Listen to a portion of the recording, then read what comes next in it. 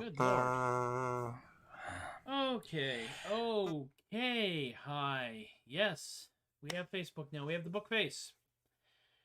Thank goodness for that. I'm not sure what's going on here, but it has been kind of doofy. It was doofy on Thursday. It was doofy just a few minutes ago, and what I had to do was I had to delete Facebook from the restream thing in the Fernando. We're not doing Fernando today. I had to put it back on again. So it's just like, really? All this stuff? Yeah, yes. Yes, we have had a moment now in our social evolution, we hope. Tiny, tiny baby steps. Far slower evolution socially than we would like. But as long as we're moving forward, it counts as far as I am concerned. Because I am a filthy incrementalist. And incrementalists can change the world, just slowly. Because today is, for some reason, a day which is very highly thought of, a good turn of phrase, among certain folks. I have songs intended to daze and confuse. We'll start with the confused and we'll work right into the daze, because the last two songs in the set are definitely songs that could easily be manipulated into a traditional Fish slash Blues Traveler slash Grateful Dead 4.5 hour jam session. And one day, if we're lucky, it will actually happen. Because I'm kind of looking forward to that. I like the idea, frankly. Oh, yes, indeed. Guilty, guilty, guilty. All three charges. My lovely wife just came in here to show me the news, and yeah, very much so. All right, I think we're tuned. So the first song, yeah, I know, right? The jokes write themselves. So the first song I'm going to do is actually a replay of a song that I did on Thursday, and the Facebook folks missed out because I was not able to get onto Facebook for some dumb reason. So, it is in fact the SOS, or Sailing Orientation Song. when this is based on a number of things, including some stuff that I heard way back in the day from some performers. But it is a sailing song. SOS is the sailing orientation song. And it does make sense if you are a sailor or know someone who is a sailor, but my real goal on this song is like audible face palming in the audience. We'll see if we can get this going. I recorded this in one take earlier. If you're to go upon a ship, there's things you ought to know. For a sailing ship's a complex thing, so learn before you go. There's terms for everything, they do not make it very plain. And if you're not prepared, I feel you might just go insane. Now, if you're on a 3-mast ship, the first mast is the fore. And counting back from there, you'll find that there are just 2 more. The one in the back is missing, so I guess it's plain to see that the other 2 upon the ships are just mast 2 and 3.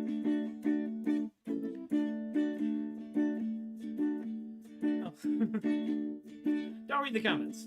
The 3rd mast in the middle is the mast they call the main. And if you're all confused by now, I beg you don't complain. For the captain is a stoic man, that's why he's at the stern. It'll cast you to the poop deck if you are not quick to learn.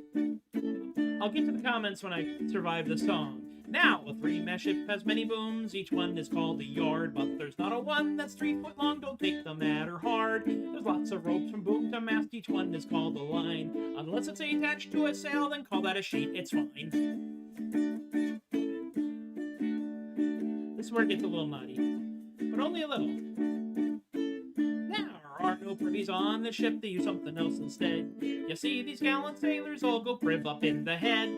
That doesn't change at all if it's a schooner or a sloop. Except for the captain, he's still standing sternly on the poop.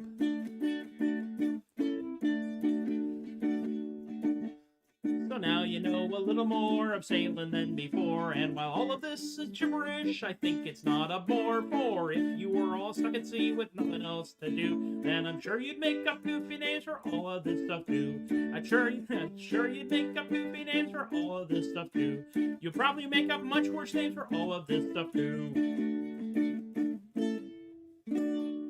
Ole! There we are. The SOS, Sailing Orientation Song. I'll wait for people, yes. I'll wait for people to recover from that. There's a running gag, of course, because myself and Tom Bedlam and a few other folks have portrayed sailors at Renaissance festivals in the past. My friend... we have a goddammit Laguerre! Yes! We have a goddammit Laguerre! I am screen capturing that. Oh, yes. I win. I win again. I win again. All right. This wasn't actually my goal to get a GDI Laguerre, but it does happen sometimes, and when it does, own it. Own it all. I'm very happy with it so far. There have been some thoughts as to whether or not we want to put a chorus in there, because that's the first goddamn Laguerre in a while, honestly. 20 April. And put a chorus in there or not, or just subject the audience to it and let them cope. Probably the latter, unless I can come up with a really catchy short refrain. There's not a lot of those, but you know, why not? So that is that one. I'm very pleased with that. Thank you, Kay. Kay is one of y'all who watch this show and talk to me over here are my mighty core audience. The 3 to 8 of you who hang out with me on a semi-regular basis. And so I am very, very happy to see and hear from you at all times. And those of you who are not part of my small but mighty core audience, but are watching the show, please feel free to chip in, honestly. This is, as I have said on multiple occasions, in a lot of ways, this is an open rehearsal with kibitzing. Kibitz away. I have to learn how to cope with this, and every so often I will find myself looking over there, and I will read something, and it will break my concentration, and you will hear one of those glorious train wrecks or as Kay puts it, a kayak incident. And we will just kind of have to I got to continue with it. Hey, welcome. Well, excellent. Welcome to the show. There are so many... They don't deserve a chorus. Oh, if you're nice. Don't worry, there are some choruses. Are there choruses? You know what? Yes, there is. There's like one song. I'm doing one song with a chorus today. Just one. And all of these songs, well, 3 of these songs, yes, 3 of these songs are original. The one I'm about to do is not. But it is old enough that I don't have to worry about copyright, which is good. It is a song that was pointed out to me, or re-pointed out to me, by, I think it was Kay, pointed this one out. I remember seeing it on The Muppet Show way back when, during the Carter era administration, when it was playing on one of the many UHF channels that we had. Those of you who don't know about UHF channels, imagine, if you will, cheap cable channels, but cheaper. And if you didn't get the dial just right, you couldn't really watch them well. So this was originally done in the 1800s. Check my tuning again. This was originally performed in the 1800s as a music hall song, and I think it was an American music hall song. Then the Kingston Trio covered it in the 1960s, and then Jim Henson and the Muppets covered it in the 1970s, and now I'm covering it. Yep. It's the Muppet Show, absolutely. And this is, thank you for reminding me of it, too. That's glorious. It is a wonderful piece of nonsense. Now, because I learned this, I remember this from watching the Muppet Show.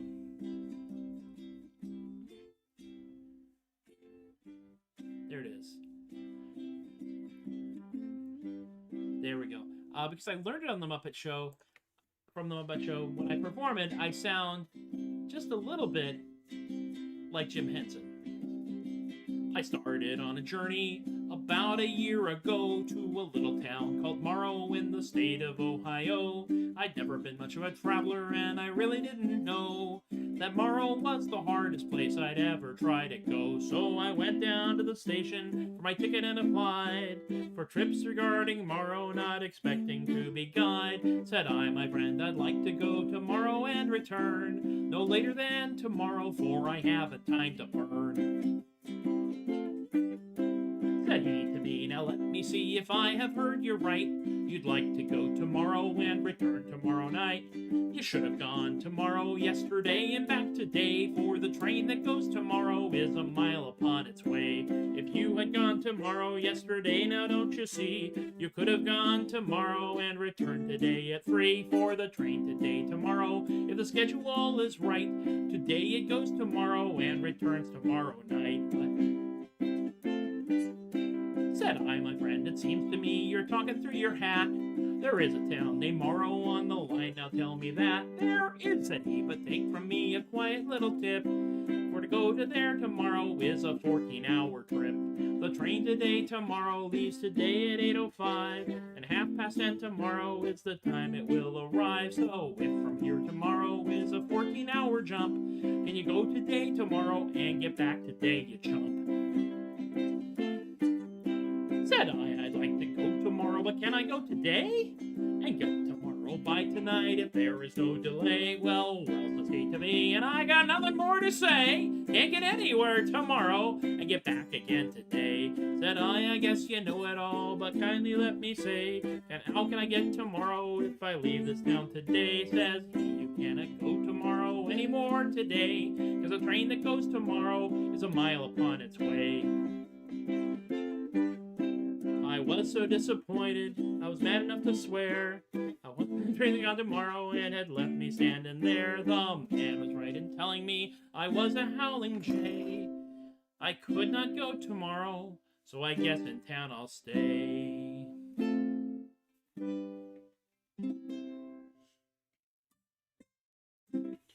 And the chord you were hearing me muff is the ever-popular E minor chord, which I usually do pretty decently, but there's this jump back and forth between A minor, and E minor, and A minor, and E minor, and I don't have the chorus quite memorized for this part, but we'll get there. We'll get there.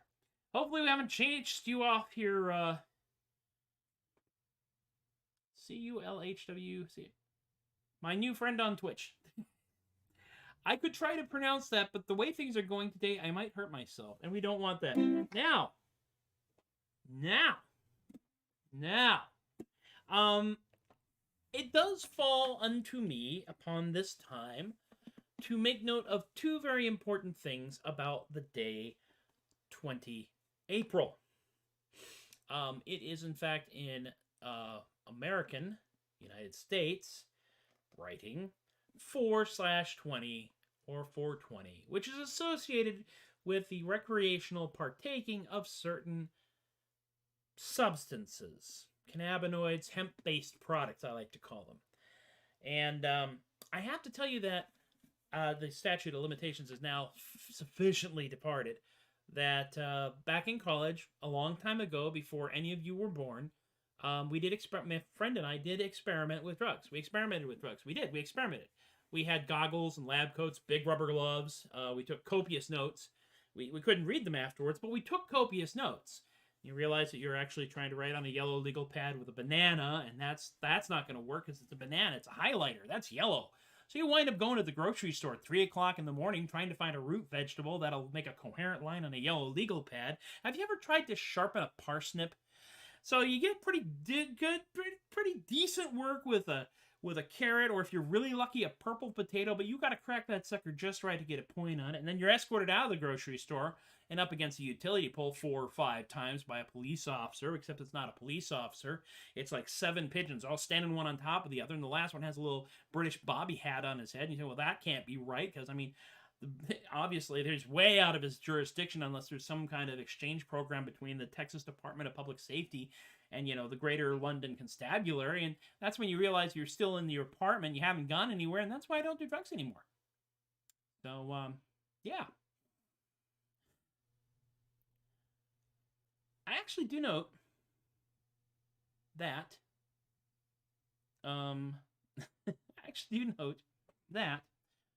one conclusion I did draw from my time in college, I'm entirely sober at this point, Jen, this is the end result of many years of this is me normal. Honestly, these are my own neurotransmitters, which is just weird, isn't it? But one thing I found about hemp-based products is that it's a lot like golf. When I was doing it, I discovered this. Your enjoyment of the activity depends a lot upon who you're doing it with. It takes a certain commitment to do it on your own on a regular basis. And if you're not careful, you could spend way more money than you had planned on bizarre esoteric equipment and funny-looking clothing. I went to college in Austin in the 80s. Trust me, when I say I know how this works. The Welsh. I love the Welsh. I do indeed. The Welsh language is a beautiful demonstration of what happens if you get invited so much that you decide, the heck with it, we're just going to write a language no one can read. Except the other Welsh. I appreciate that. You may need special shoes, Tom. I'm not sure. 7 pigeons and a bobby helmet. Hi, Richard. How are you? Welcome to the show. That is, of course, the drugs routine, which is something I wrote a few years ago, and it's a perfect time to bust it out right here. Let's go to actual music, shall we? And fought a lot of Carvacci's, did you? A lot of natural wheat natural wheat fabric, yo. And big floppy hats. A song. We'll do a song. This song is inspired by actual true events, and it is, of course, Space Burrito.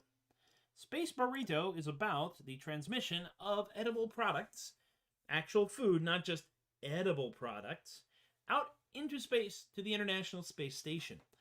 Back in 2017, the folks from Mythbusters, who are also part of Tested, got on the horn with Captain Hatfield, Chris Hadfield, who was Commander Chris Hadfield, commanding the International Space Station at the time. And he and a chef named Desjardins down on Earth had come up with a way to make some cuisine out of all the stuff, and only the stuff, that you can actually fire up into space to deliver to the space station. I thought, Space Burrito? That sounds like a song. So I found a chord. This is A#6, by the way. Isn't that nice? It's got a great ring.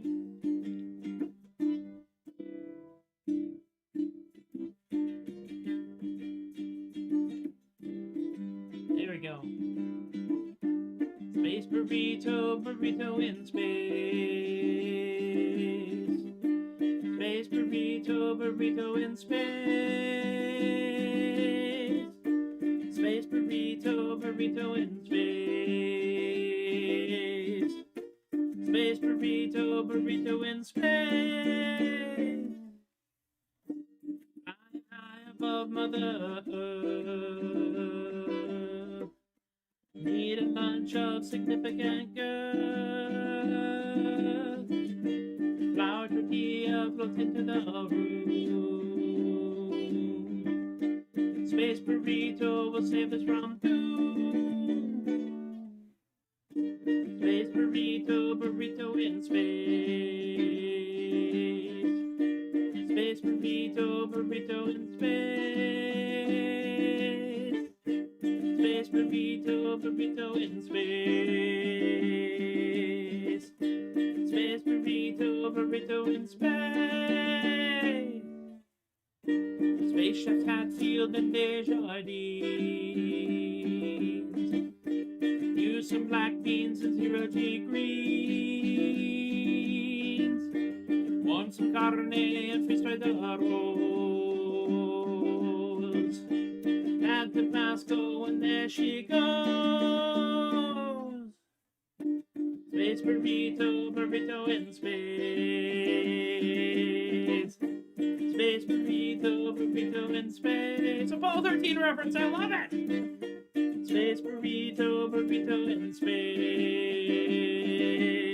Space burrito, burrito in space. 0G dining was such a chore. It's greater than the stuff they had before. Like a quesadilla, but there's much more. Better than the space sandwich of yore. Space burrito, burrito in space. Space burrito, burrito in space. Space burrito, burrito in space. Space burrito, burrito in space. Space burrito, burrito in space.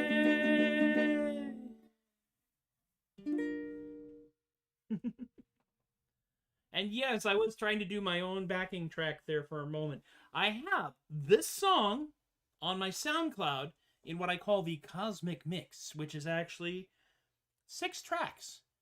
3 tracks of me playing this instrument with various effects on it, and 3 tracks of me singing and backing myself up, and backing myself up, because I'm just one guy and we have no budget. Lots of black bean, yes! I think they probably launched some Beano into space as well. One would hope so anyway. And yes, kudos, points to Joseph Abbott for the Apollo 13 reference. And the space sandwich is, and I did verify this, and I think Joseph actually pointed out to me a few shows back, it was a corned beef on rye. There was actually a space sandwich before, Space Burrito, Burrito in Space. It was smuggled onto NASA's Gemini 3 in the spacesuit pocket of astronaut John Young on March 23rd, 1965.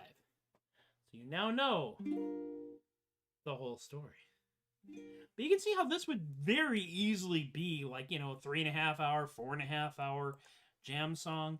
If I had some other musicians, there'd just be solos all over the darn place. Which brings us to the moment you've all been waiting for, the final song in the show today. Which has been an eventful and entertaining show, I hope. I've been entertained. I hope y'all have been entertained as well. The last song is Kay's fault. Full stop. This is Kay's fault. As Kay pointed this cartoon out to me. Kay said, I saw this, and it's from Cat's Cafe, which is a very wholesome, lovely, soft, fuzzy flannel blanket of a webcomic that you can find everywhere, basically. They're on Facebook, they're on Twitter, they're on Instagram, I think. They're everywhere. They have their own webpage. And this is about the Platypus Postman. Postman is in fact Platypus. And he posted this, and said, when Kay posted this, he said, I see Platypus Postman, and I just think that Matthew's going to wind up writing a song about it. And I did. I had no choice. It was required. Simply put, it was required. Because you get Platypus Postman, and this was the first of the 70s groove songs that I've written. Late 60s psychedelic kind of, again, maybe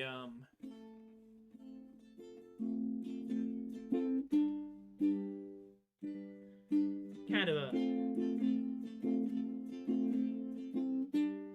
early Grateful Dead, you know. Platypus Postman, Platypus Postman. Neither rain, no snow, no sleet, no hail can make the Platypus Postman fail. Even in a flood, he's still not stuck, 'cause the Platypus Postman swims like a duck. Platypus Postman, Platypus Postman. Even through the mud, they can't be beat. Yeah, they never sink because of their web feet. Not a dog will chase him or leave him mark, 'cause the hounds are too darn confused to bark. Platypus Postman, Platypus Postman. Science. In the gloom of night, he'll safely walk, 'cause the Platypus Postman goes in the dark. It's the darndest thing that you've ever seen, 'cause the postman's bioluminescent green. Gotta breathe there. Platypus Postman, Platypus Postman. In the cold train, they won't leave you there, protected by their thick coarse fur. Of all the postcards on the scene, only one of them is a Morrow dream. I'm so glad I could rhyme that. Platypus Postman, Platypus Postman, Platypus Postman, Platypus Postman. Believe in the Platypus Postman. He's got my mail. Platypus Postman.